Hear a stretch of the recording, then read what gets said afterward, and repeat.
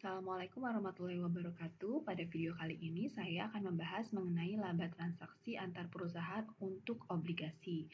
Di materi sebelumnya kita sudah membahas transaksi antar perusahaan untuk aset tetap dan persediaan.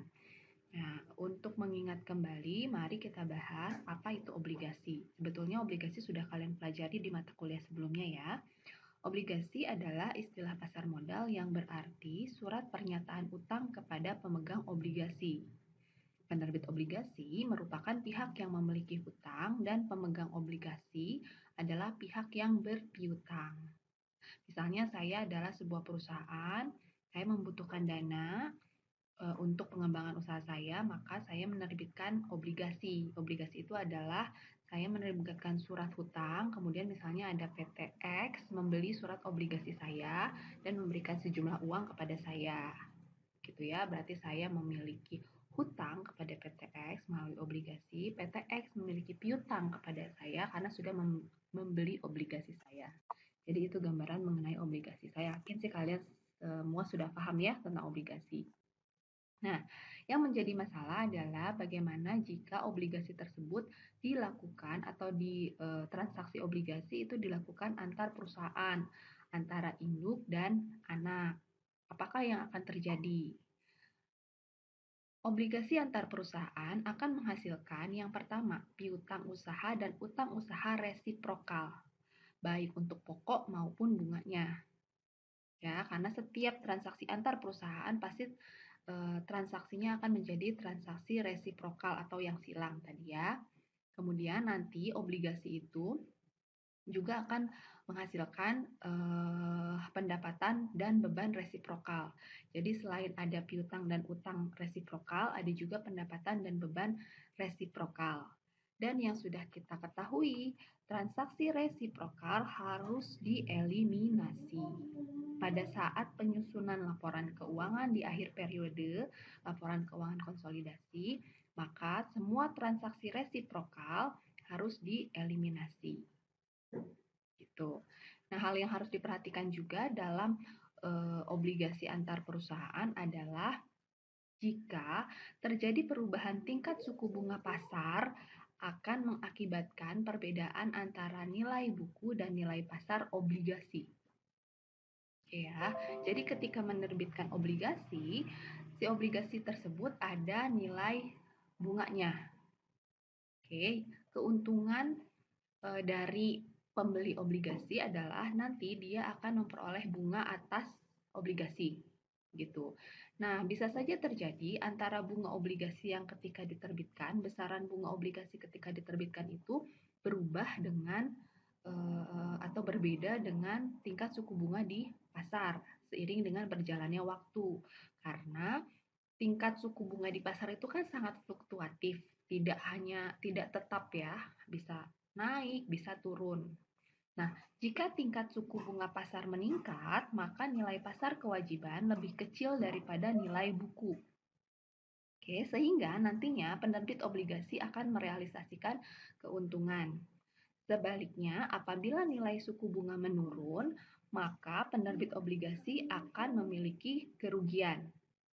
Tetapi keuntungan dan kerugian atas kondisi ini, kalau menurut peraturan, ini tidak diakui dalam perhitungan dalam laporan keuangan. Namun harus diungkapkan dalam catatan atas laporan keuangan. Ya, diungkapkannya dalam segmen apa? Dalam pengungkapan nilai wajar instrumen keuangan.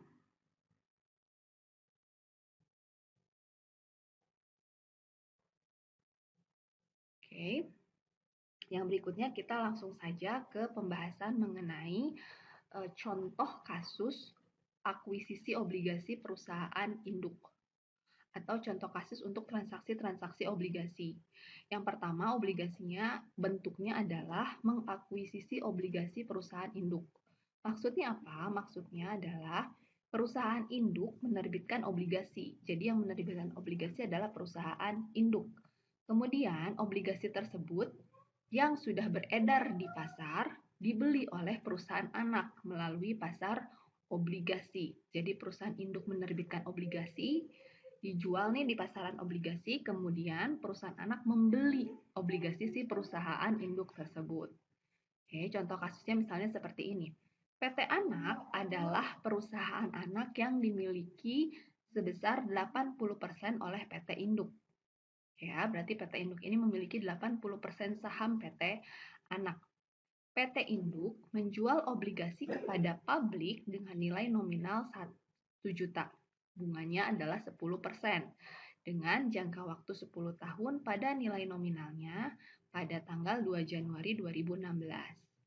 Nah, 1 tahun kemudian, tanggal 31 Desember 2016, PT Anak membeli obligasi si PT Induk itu. Membelinya tapi tidak seluruhnya, hanya sebesar Rp100.000 dengan harga beli sebesar Rp104.500 melalui pasar obligasi. Kalau kita lihat, jadi sebetulnya ini adalah bisa disamakan dengan si PT Induk ini menarik kembali obligasi yang sudah ada di pasaran. Melalui apa? Tapi melalui pembelian oleh si PT Anak. Karena Induk dan Anak kan merupakan satu kesatuan ya. Jadi ketika PT Anak membeli obligasi PT Induk, sama saja dia mengambil kembali obligasi milik satu kesatuan si PT Induk dan Anak. Begitu. Nah, kalau kejadian seperti ini sebetulnya apa yang harus disusun oleh si PT Induk, gitu ya. Yang pertama, jurnal yang harus disusun adalah PT Induk harus menyesuaikan laba investasi dan akun investasi per 31 Desembernya. Oke, untuk mencatat kerugian konstruktif. Kenapa rugi? Karena dia kan sebetulnya obligasi yang ditarik dari pasaran kan hanya sebesar 100.000 ya. Tetapi si PT Anak membayarnya itu 104.000. Artinya dia rugi dong. Dia rugi 4.500 gitu ya. Jadi terdapat kerugian konstruktif karena untuk menarik kembali obligasi 100.000, PT Anak membayar lebih besar yaitu 104.000 sehingga jurnalnya adalah kita debitkan laba sebesar 4.500. Oke. Kemudian investasinya juga berkurang 4.500. Oke, kenapa labanya didebit? Karena kan tadi rugi ya, jadi kita harus balik labanya. Oke, kemudian yang berikutnya, jurnal yang harus dilakukan adalah untuk mencatat kerugian dan mengeliminasi jumlah resiprokal investasi dan kewajiban obligasi. Tadi kan kita sudah mencatat kerugian 4.500 ya. Oke, maka kita akui itu sebagai kerugian. Kerugian atas penarikan konstruktif obligasi sebesar 4.500, kemudian hutang obligasinya kita kan berkurang ya. Kenapa? Karena kan sudah kita tarik tuh 100.000. Tadinya kita mengedarkan si PT Induk mengedarkan 1 juta, kemudian dibeli lagi oleh PT Anak 100.000. Anak ngebeli kan disetorin lagi tuh ke Induk. Jadi Induk mengambil alih obligasi yang 1 juta di pasaran sebesar 100.000 sehingga utang obligasinya berkurang. Jadi utang obligasi berkurang sebesar 100.000. Oke, di kreditnya investasi dalam obligasi sebesar 104.500. Oke, yang berikutnya adalah contoh untuk akuisisi obligasi perusahaan anak. Kasus ini kebalikan dari kasus yang pertama tadi. Kalau yang tadi, perusahaan induk menerbitkan obligasi, kemudian obligasi tersebut dibeli oleh anak. Kalau untuk yang ini adalah perusahaan anak yang menerbitkan obligasi, kemudian obligasi yang beredar dibeli oleh perusahaan induk melalui pasar obligasi. Oke ya, kita ke contoh. Contohnya, PT Anak adalah perusahaan anak yang dimiliki 80% oleh PT Induk. PT Anak menjual obligasi kepada publik dengan nilai nominal 1 juta, berbunga 10%, dengan jangka waktu 10 tahun pada nilai nominalnya di tanggal 2 Januari 2016. 1 tahun kemudian, 31 Desembernya di akhir tahun, PT Induk membeli obligasi tersebut sebesar 100.000 dengan harga beli 104.500 gitu ya. Ini soalnya sama dengan yang tadi. Nah, jurnal yang harus disusun apa? Sebetulnya jurnal yang harus disusun itu sama. Yang membedakan hanya jumlah nominal kerugian yang diakui. Karena ini adalah transaksinya atau yang memiliki obligasi adalah perusahaan anak dan induk tidak memiliki 100% perusahaan anak, kan yang dimiliki oleh induk perusahaan anak hanya 80% ya, sehingga si induk itu hanya boleh mengakui kerugiannya sebesar si persentase. Jadi jika kerugiannya adalah 4.500, maka yang diakui oleh induk ya hanya 80%-nya. Ya. Ini kita lihat. Yang pertama, jurnal yang harus disusun adalah si PT Induk harus menyesuaikan laba investasi dan akun investasi per 31 Desember 2016 untuk mencatat kerugian konstruktif tadi ya. Karena kenapa? Tadi sudah dijelaskan juga, karena untuk menarik kembali obligasi yang 100.000, si PT Induk membayar lebih besar, yaitu 104.000. Namun tidak diakui seluruhnya. Karena apa? Karena kewajiban atau hak atas keuntungan atau kerugian PT anak itu hanya sebesar proporsi kepemilikan PT induk di PT anak. Pemilikannya hanya 80% gitu ya. Jadi kerugian konstruktif yang diakui PT induk ya hanya 80%-nya saja. 4.500 dikali 80% yaitu 3.600. Jadi jurnalnya adalah laba dari PT anak di debit 3.600, investasi pada PT anak di kredit 3.600. Oke. Yang berikutnya, jurnal yang harus dicatat adalah untuk mencatat kerugian dan mengeliminasi jumlah resiprokal investasi dan kewajiban obligasi. Ini pun jurnalnya sama, yang membedakan hanya angkanya. Oke, tadi kerugian atas penarikan konstruktif obligasi adalah sebesar 3.600 ya.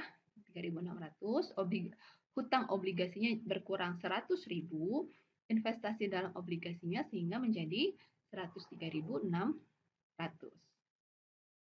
Oke, yang berikutnya adalah contoh kasus apabila obligasi induk dibeli oleh anak pada waktu penerbitan obligasi. Ini bedanya apa dengan dua contoh yang sebelumnya? Kita perhatikan, kalau dua contoh yang sebelumnya, pembelian obligasi oleh induk maupun anak tersebut, ini dilakukannya bukan pada saat obligasi diterbitkan. Ya, ini kan 1 tahun kemudian tadi contohnya ya.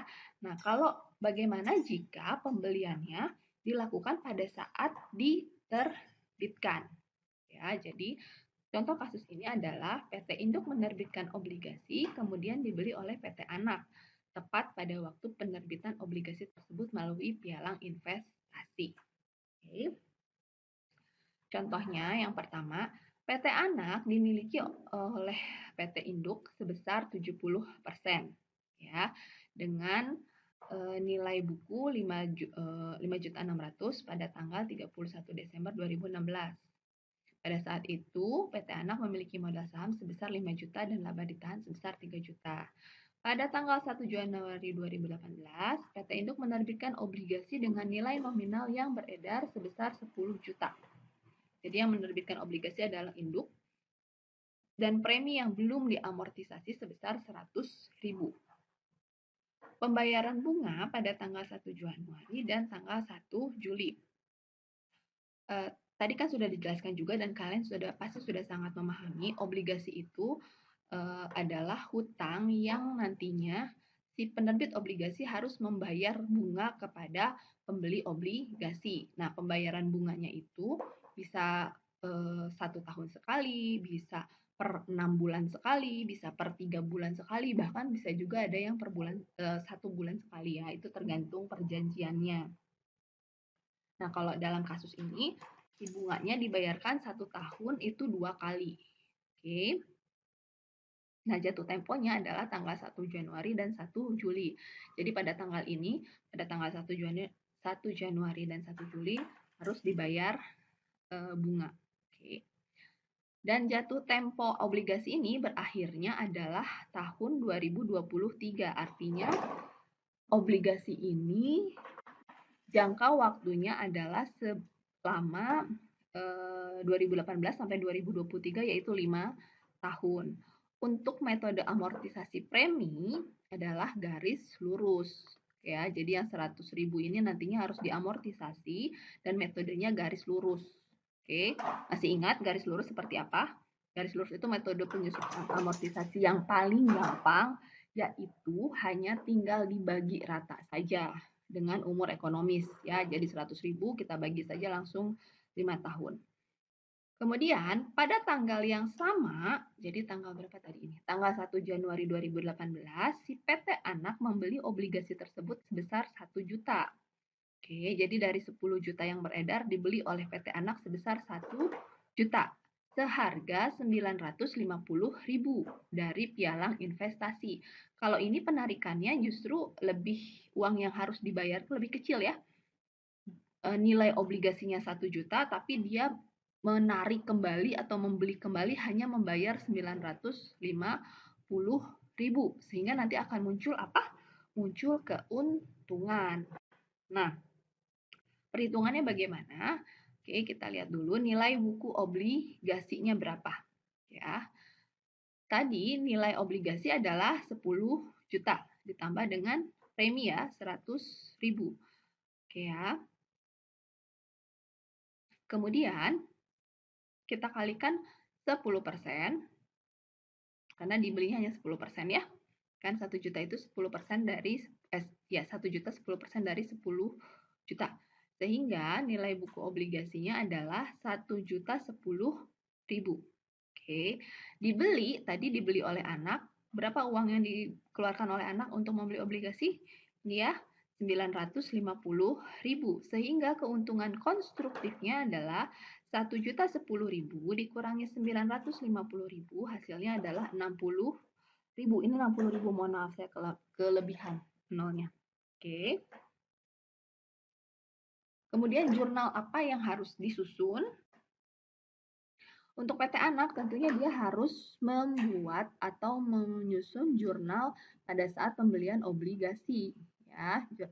Dan angkanya berapa? Angkanya tentu saja sebesar uang yang dia keluarkan. Oke, berarti jurnalnya adalah investasi obligasi pada PT Induk bertambah sebesar 950.000, kasnya berkurang sebesar 950.000. Oke. Kemudian jurnal yang harus dilakukan lagi adalah apa? Untuk menghapus obligasi yang telah ditarik dari pasar. Oke. Karena ini jurnalnya dilakukan oleh PT Induk. Karena obligasinya kan obligasi yang diterbitkan oleh PT Induk ya. Nah, jurnal PT Induk itu harus menghapus obligasi yang telah ditarik dari pasar karena sudah dibeli oleh PT Anak. Oke ya. Jurnalnya adalah hutang obligasinya jadi berkurang ya. Betul ya, berkurang. Jadi hutang obligasinya dikredit sebesar tadi berapa? Sebesar nilai buku 1.010.000. Kemudian investasi dalam obligasi PT Induk kita balik ini karena ini resiprokal sebesar 950.000. Keuntungan atas penarikan obligasi sebesar 60.000. Oke. Nah, kemudian apalagi yang harus di jurnal? Oke, karena obligasi ini dibeli pada masa penerbitan, dan tadi sudah dijelaskan juga obligasi itu pasti disertai dengan pembayaran bunga, begitu ya. Nah, artinya karena si PT Anak sudah membeli obligasi PT Induk, oke, di tahun 2018, ini mohon maaf salah, harusnya 2018 sampai 2023, maka pada tahun itu dia berhak mendapatkan bunga. Oke, berhak mendapatkan bunga. Tadi di soal dijelaskan bahwa bunga atas obligasi itu diberikan setahun 2 kali, yaitu tanggal 1 Juli dengan tanggal 1 Januari. Karena dibelinya tanggal 1 Januari, maka si PT Induk harus membayar bunga kepada PT Anak itu di bulan Juli ya. PT Anak akan menerima bunga dari PT Induk juga di bulan Juli. Oke. Mulai bulan Juli. Oke, ini kita lihat dulu penjurnalan PT Induk ketika dia membayar bunga ke PT Anak. Tanggal berapa? Tanggal 1 Juli. Tentunya ada beban bunga 500.000, kas 500.000. Ini dapat dari mana? Didapat dari soal tadi berapa? soal tadi adalah obligasinya kan 10 juta. Ini yang 500.000 ini untuk keseluruhan ya, untuk keseluruhan obligasi yang beredar, tidak hanya untuk anak. Tetapi dalam bagian ini tentunya ada bagian untuk anaknya. Karena kan anak tidak membeli seluruh 10 juta ya, anak hanya membeli 1 juta. Tetapi kalau PT Induk tentunya karena 10 juta ini sudah beredar keseluruhannya di pasar, maka ya dia harus menjurnal keseluruhan untuk yang 10 juta. Nanti penjurnalan yang hanya untuk anak dilakukan oleh anak. Oke. Untuk 1 Juli, maka PT Induk akan menjurnal beban bunga sebesar 500.000, kas sebesar 500.000. Dari mana? Karena tadi kan obligasinya 10 juta, ketentuannya bunganya obligasi adalah 10%. Artinya dalam 1 tahun, bunga yang harus dikeluarkan adalah 10 juta kali 10%, yaitu 1 juta. Tetapi pembayarannya kan 2 kali dalam 1 tahun, bulan Juli dan bulan Januari ya. Oke. Sehingga untuk yang bulan Juli kita bagi 2 tuh dari 1 juta. Jadi kalikan setengah tahun yaitu 500.000. Oke. Kemudian di 31 Desember, sebetulnya kewajiban membayar bunga itu kan nanti dibayarnya adalah tanggal 1 Januari ya.